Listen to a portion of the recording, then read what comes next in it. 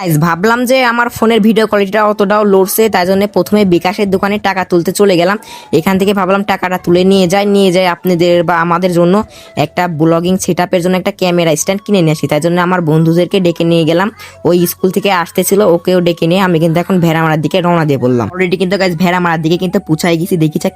জানি না guys, budget কিন্তু ছিল খুবই কম, আর আপনারা তো বুঝেনি, তাই আমরা দোকানে কিন্তু অলরেডি চলে আসলাম। এই দোকানে তো গাইজ আমরা পালাম না, তাই জন্য বুলার সাথে সাথে কিন্তু আর একটা দোকানে চলে গেলাম।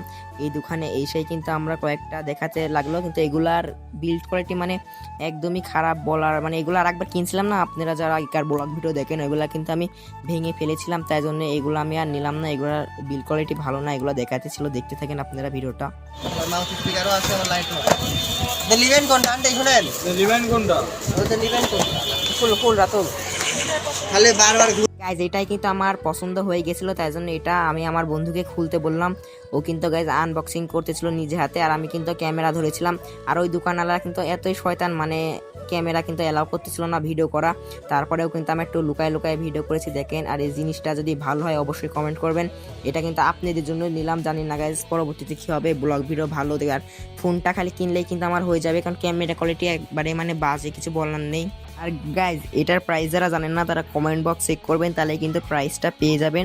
আর আমার ভয়েস খারাপ আসলে কিছু করার নাই, কারণ ঠান্ডা লেগে যাবে মনে হয়, তাই জন্য এরকম ভয়েস আসছে। ওকে, সব কিছু ঠিকঠাক করা হয়ে গেলে কিন্তু এখন আমি কিন্তু এটাই মানে ফাইনাল করলাম, এটাই নিব। এখন আমি কিন্তু ব্যাগের মধ্যে গাইজ ভালো করে প্যাক করে নিলাম, ওরা একটা লাল ব্যাগে দিয়ে দিল। এখন আমরা কিন্তু বাসার দিকে রওনা দিয়ে পড়লাম। অলরেডি কিন্তু গাইজ এলাকার দিকে চলে এসেছি, জানি না গাইজ বাসায় যাই কি হবে। গাইজ আমার তো অনেক ভয় ভয় করতেছিল, আর আপনাদের জন্যই কিন্তু আমি কিনলাম, আর আপনারা তো জানেনই, আর আমার ভিডিও করতে অনেক ভালো লাগে। অলরেডি কিন্তু আমি বাসায়, আর গাইজ বাসায় এসে কিন্তু আমি একটু ব্লগিং সেটআপটা আপনাকে একটু আয়নায় দেখাই দিলাম কিরকম লাগতেছিল। আর এটাই কিন্তু সেই আমাদের ব্লগিং সেটআপ কিরকম লাগছে আপনারা অবশ্যই কমেন্ট করবেন। আজকে ভিডিও এই পর্যন্ত।